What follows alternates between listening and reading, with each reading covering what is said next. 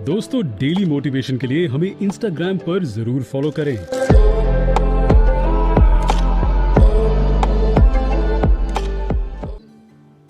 It is very easy to defeat someone, but it is very hard to win someone.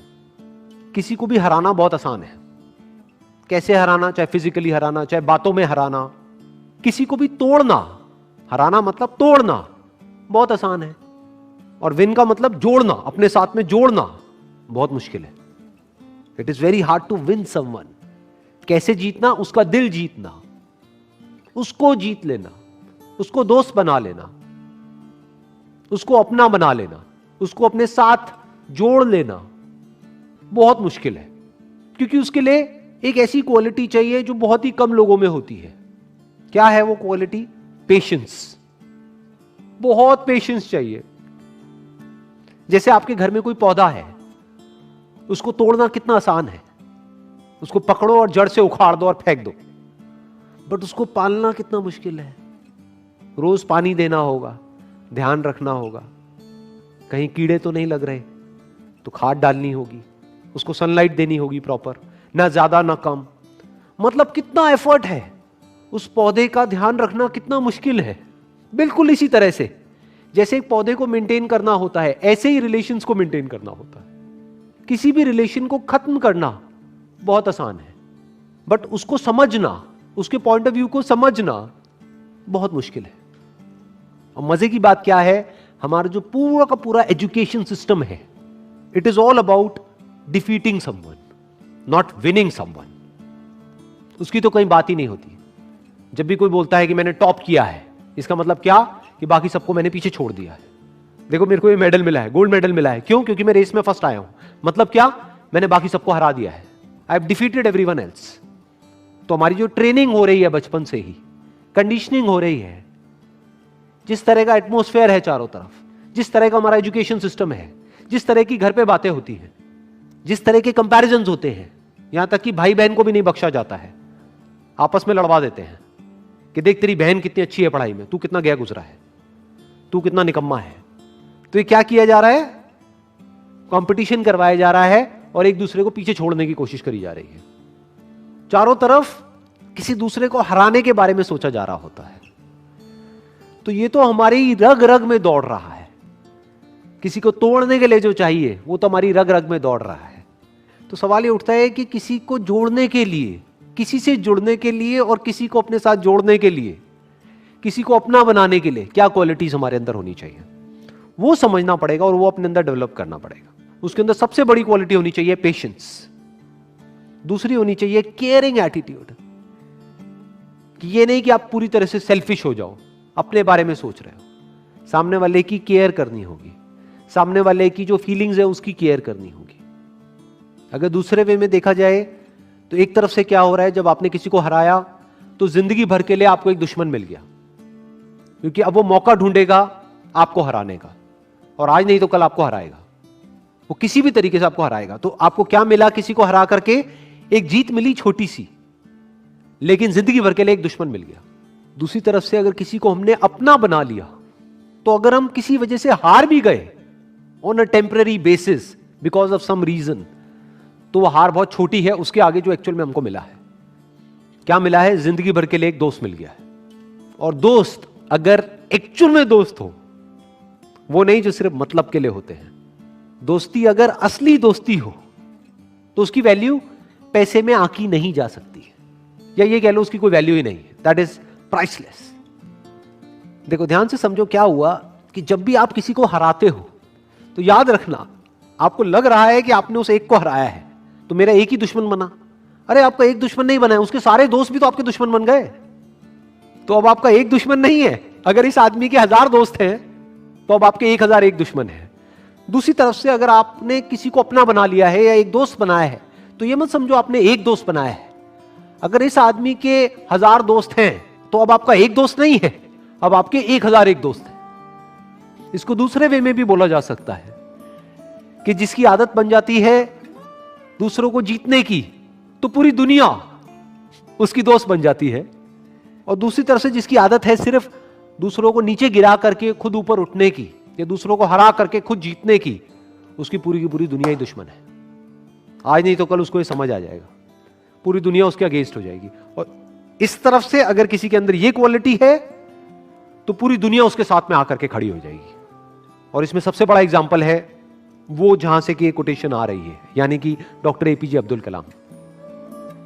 चाहे कोई भी आदमी हो, किसी भी रिलीजन का हो, किसी भी कंट्री का हो, सब उनकी रिस्पेक्ट करते हैं।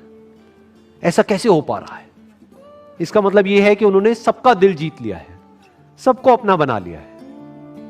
अभी आप लोग जो मुझे वीडियो में देख रहे हैं, मैं आपको स्ट्रांगली रिकमेंड करूंगा कि डॉक्टर एपीजे अब्दुल कलाम की एक बायोग्राफी है जो कि गुलजार साहब ने लिखी है।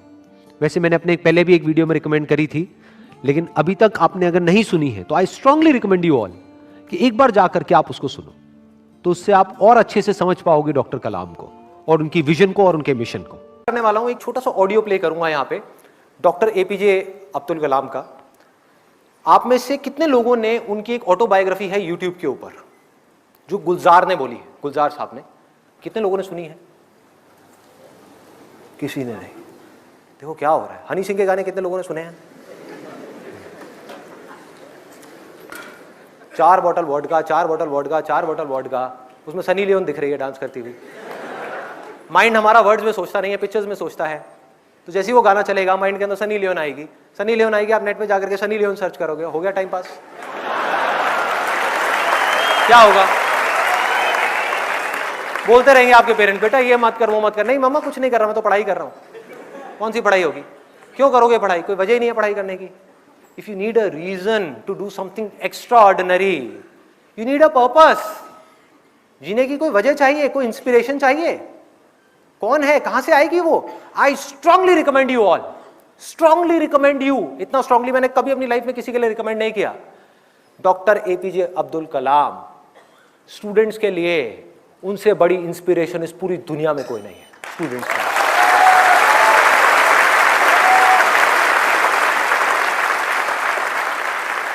हम एक काम करने की सोचते हैं, करना शुरू भी नहीं करते, सिर्फ सोचते हैं कि हमको ये काम करना है, और सामने से 4 लोग आ जाते हैं रोकने के लिए। 4 लोग आ जाते हैं तरह तरह की बातें करने के लिए कि ये नहीं हो सकता। अरे बड़ा इम्प्रैक्टिकल सा आइडिया है। जब कोई नहीं कर पाया तो तू क्या करेगा? होता है ऐसा? कितने लोगों के साथ ऐसा हुआ है? सबके साथ हुआ है और होता रहता है। और मेरे साथ तो पता नहीं कितनी बार हुआ है। किसी के साथ कुछ ज्यादा ही हुआ है लगता है। लगता है उनको राह चलते भी, मेट्रो में भी कोई मिलता है, अबे तू नहीं कर पाएगा चल।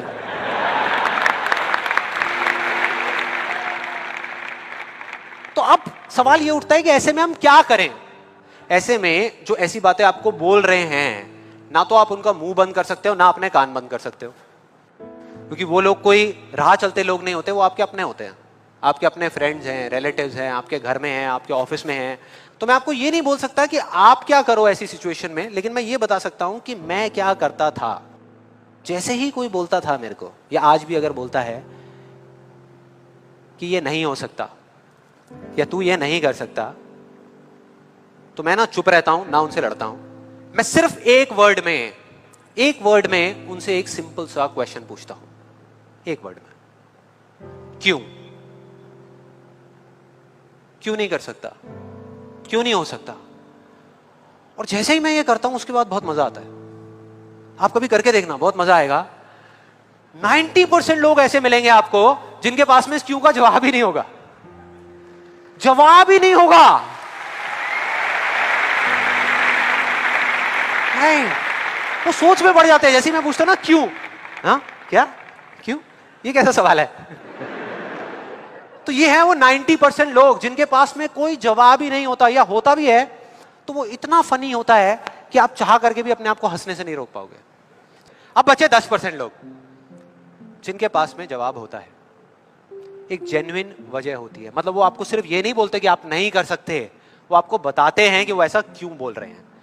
तो मुझे जब भी कोई ऐसा मिलता है तो मैं उनके पास में जाकर के शांति से बैठता हूं, उनकी सारी बात को समझता हूं, फिर अकेले में जाकर के उस प्रॉब्लम का सॉल्यूशन निकाल लेता हूं और अपने पूरे दिल से उस इंसान को थैंक्स करता हूं। क्योंकि इनडायरेक्टली ऐसे लोग हमको हेल्प करते हैं आगे बढ़ने में। लेकिन इसका मतलब ये नहीं है कि उन 10% लोगों की बातों को मैं ज्यादा सीरियसली लेता हूं, या अगर मेरे को उसका जवाब नहीं मिलता तो मैं रुक जाता हूं। क्योंकि जवाब नहीं है इसका मतलब ये नहीं कि हम चलना बंद करते हैं। फॉर एग्जाम्पल, अगर हम अपने घर से ये सोच करके निकले हैं कि जब सारी लाइट्स ग्रीन हो जाएंगी तब मैं अपने घर से निकलूंगा, तो निकल पाएंगे कभी? कोई भी ऐसा कुछ आपको बोलता है आकर के कि आप ये नहीं कर सकते, तो समझ लेना कि वो बोल तो आपको रहा है, लेकिन उसका इशारा आपकी तरफ नहीं है। वो बस इतना सा कहना चाहता है, क्योंकि मैं इस काम को नहीं कर सकता। वो बस इतना सा कहना चाहता है, क्योंकि मैं इस काम को नहीं कर सकता, या मुझे नहीं पता कि इस काम को कैसे करना है, इसलिए मुझे लगता है कि इस पूरी दुनिया में कोई भी नहीं कर सकता।